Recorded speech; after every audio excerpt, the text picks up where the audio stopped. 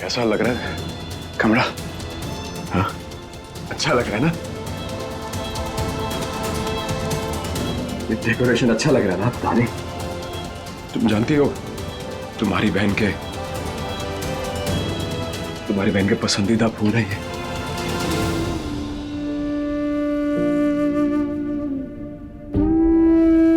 कैसे नहीं पता होगा? बहन जी हो तुम्हारी। तुम जानती हो तुम्हारी बहन ने हमें एक फोटो भेजा था फूलों की, तो सजावट की। ये देखो, ये बिल्कुल सेम टू सेम सजवाया ना हमने यहां पर, है ना? देखो, लग रहा ना सेम टू सेम? हाँ, बताओ ना कैसा लग रहा है ये कमरा? बताओ धानी, कैसा लग रहा तुम्हारी बहन का कमरा? आंखें क्यों बंद करी है तुमने धानी? खोलो आंखें अपनी। अरे देखो वो कमरा जो तुम्हारी बहन के लिए सजवाया था हमने, और जिसमें तुम चली आई हो। मंडप में तुम सृष्टि की जगह ले लोगी और इस कमरे में चली आओगी तो ये ध्रुव तुम्हारा हो जाएगा। पापा ने तो अपनी इज्जत के आगे मजबूर होकर इस शादी का फैसला लिया, लेकिन तुम्हें किसने हक दिया इस शादी के लिए हाँ कहने की? किसने दिया हक हमारी जिंदगी बर्बाद करने की? मना कर सकती थी ना तुम? हाँ, तो क्यों नहीं किया मना तुमने? तुम तो जानती थी ना कि हम तुमसे कितनी नफरत करते हैं, पसंद नहीं करते तुम्हें। सिर्फ तुम्हारी बहन के कहने पे हम तुमसे बात करते थे, क्योंकि तुम्हारी बहन तुम्हें बहुत पसंद करती, बहुत प्यार करती है। उन्हीं के कहने पे हम इज्जत से तुमसे बात करते थे। अरे एक बार भी नहीं सोचा कि तुम हम तीनों की जिंदगी बर्बाद कर रही हो? कम से कम हमें इशारा कर देते कि घूंघट के नीचे सृष्टि जी नहीं तुम हो। अरे कम से कम हमारी जिंदगियां यूं बर्बाद होने से बच जाती, यूं उलझने से बच जाती। हमारे और सृष्टि जी के रिश्ते को तुमसे बेहतर कोई नहीं जानता था। हमारे टूटे हुए रिश्तों को दोबारा जोड़ने की कोशिश तुमने की थी। तुमने जोड़ा था इस रिश्ते को, फिर हमें क्यों धोखा दिया तुमने? कैसे मान सकती हो तुम कि तुम्हारी बहन हमें छोड़कर किसी और के साथ भाग गई?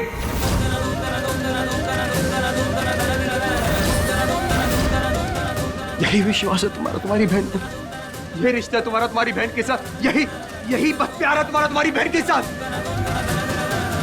अगर नहीं माना होता ना, तो सृष्टि जी की जगह मंडप पे तुम नहीं होती।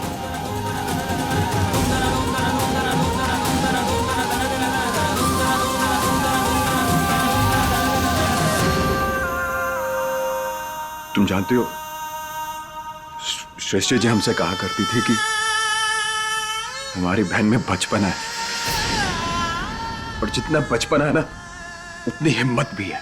सच को सच, झूठ को झूठ, गलत को गलत कहा करती, तो फिर हमारे साथ गलत क्यों किया तुमने? क्योंकि हम आपको सच बताने की कोशिश कर रहे थे, हम बताना चाहते थे। पापा ने रोक दिया है ना?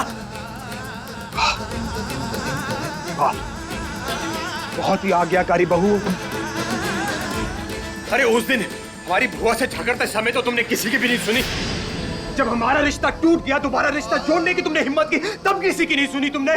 तो फिर हमारे पापा की अब क्यों सुनी तुमने? बहुत पढ़ा लिखा कर भेजा होगा ना पापा ने तुम्हें यहाँ पर, है ना? बहुत पढ़ा लिखा कर भेजा तुम्हें।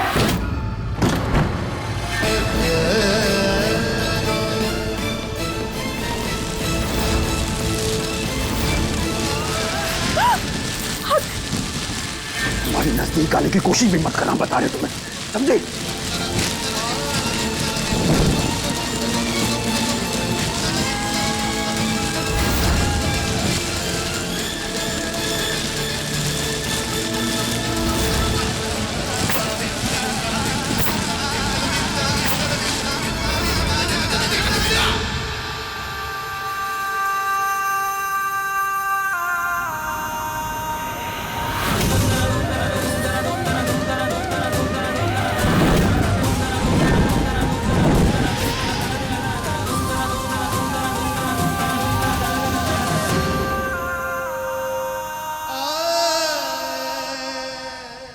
हमारे दिल में,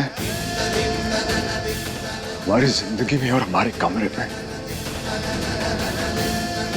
सिर्फ और सिर्फ सृष्टि जी का हक है और किसी का नहीं। और ना ही तुम, हमारी जिंदगी में तुम ना पहले कभी मायने रखती थी और ना अब।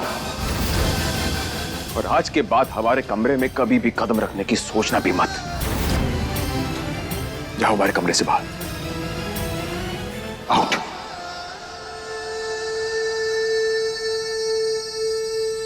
आउट।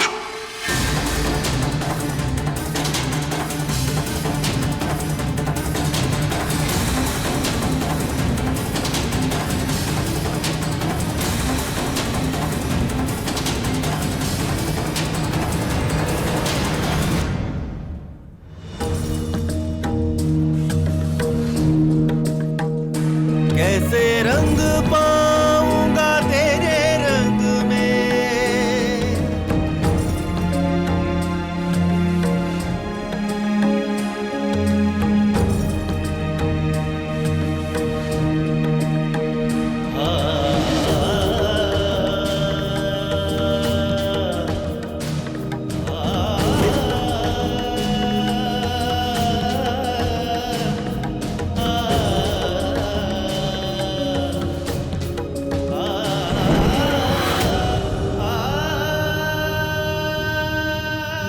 कहाँ हो तुम सृष्टि? प्लीज वापस आ जाओ, कैसे हमें जरूरत है तुम्हारी। रंगा तेरे रंग में, मेरा रंग पाऊंगी तेरे रंग में।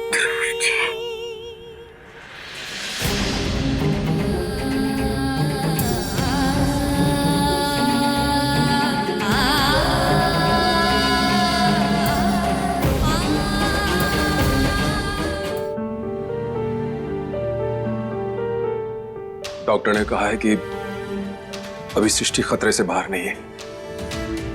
अगले 48 घंटे उसके लिए बहुत भारी है। हमारा प्यार इतना कमजोर नहीं कि जोर हवा से भी बिखर जाए पापा।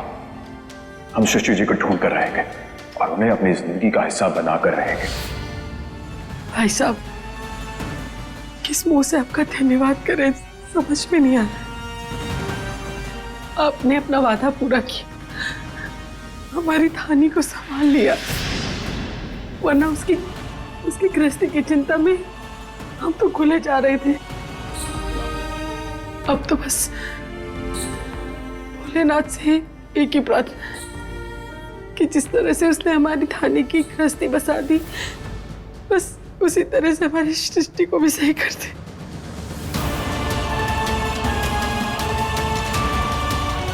भाई साहब, हम सोच रहे हैं कि जब आपने सब कुछ ठीक कर ही दिया है वहां, तो क्यों ना हम सृष्टि का सच सबको बता दें, क्योंकि धानी भी वहां बहुत परेशान हो रही है और दामाद जी भी सृष्टि को गलत समझ रहे होंगे। नहीं नहीं नहीं,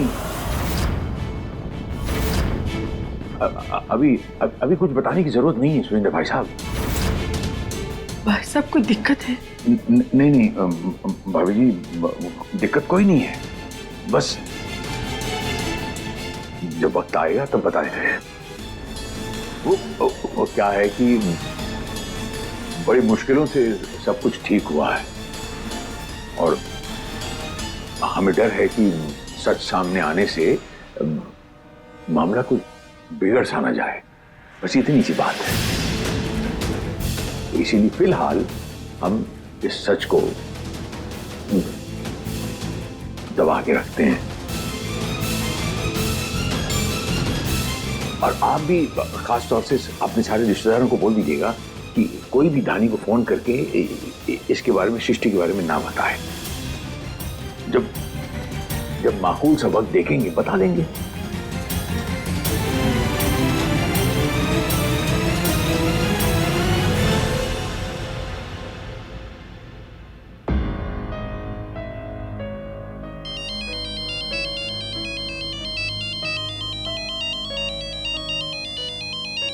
हमारा फोन तो कमरे में ही रह गया।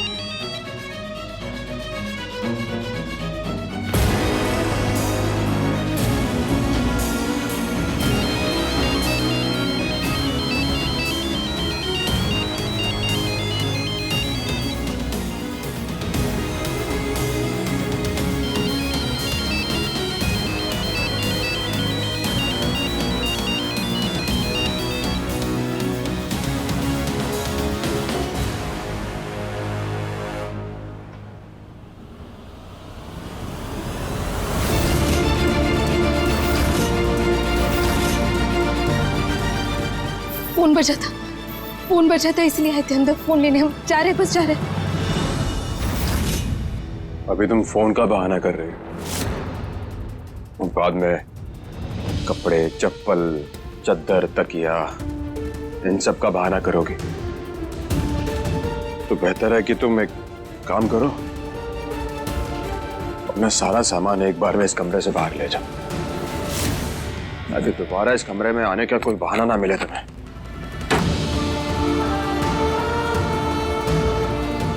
ये तुम्हारा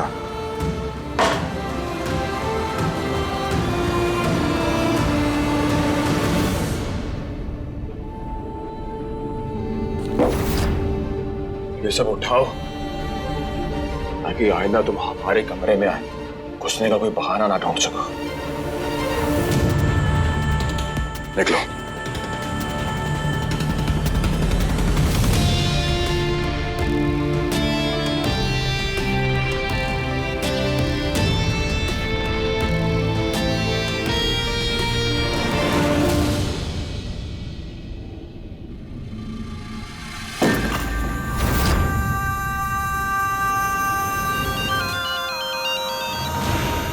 नैना क्यों फोन कर रही है हमें?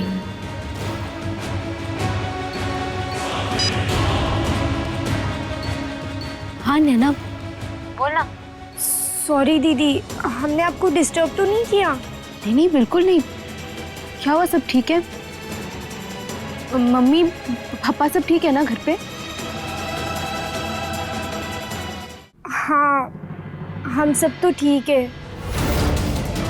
और दीदी, हमें आपसे कुछ सृष्टि दीदी के बारे में बात करनी थी। ठीक के बारे में? हाँ बोला नैना, क्या कुछ पता चला? दीदी, सृष्टि दीदी वो। नैना, किसको पूछकर तुमने धानी को फोन किया? बोलो। अरे उस घर में इतना कुछ हो गया पर धानी ने हमें कुछ भी बताने की कोशिश नहीं की। सबके साथ उसने भी हमें पराया कर दिया। तो तुम क्यों रिश्ता रखना चाहती हो उससे? माँ, हम सिर्फ धानी जी। हमने कहा ना, आज के बाद तुम सृष्टि और धानी का नाम अपने मुंह से नहीं लोगी। जाओ।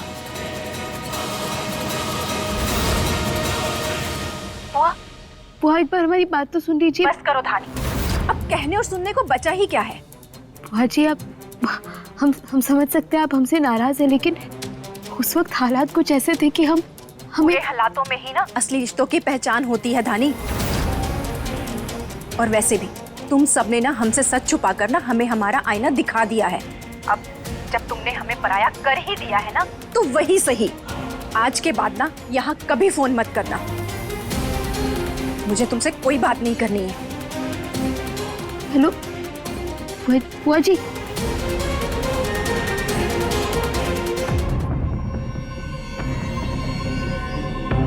धानी, पंडिताइन, धानी का फोन है, बात करो, क्या कहती है? इतनी रात को कुछ पता तो नहीं चल गया ना उसे? तुम एक बार फोन तो उठाओ, देखो क्या कह रही है। हेलो धानी, कैसी है बेटा? इतनी रात को सब ठीक है ना? मम्मी, बुआ जी से बात हुई हमारी। आशा बुआ? आशा बुआ से बात हुई तेरी? क्या कह रही थी वो? बहुत ज्यादा नाराज है। कह रही थी कि हमसे कोई रिश्ता नहीं रखना चाहती वगैरह वगैरह। कुछ हुआ क्या?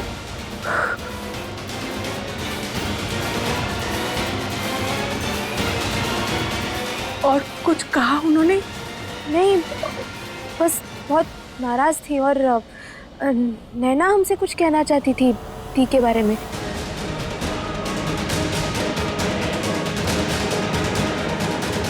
माता रानी, कुछ पता चला है क्या टी के बारे में?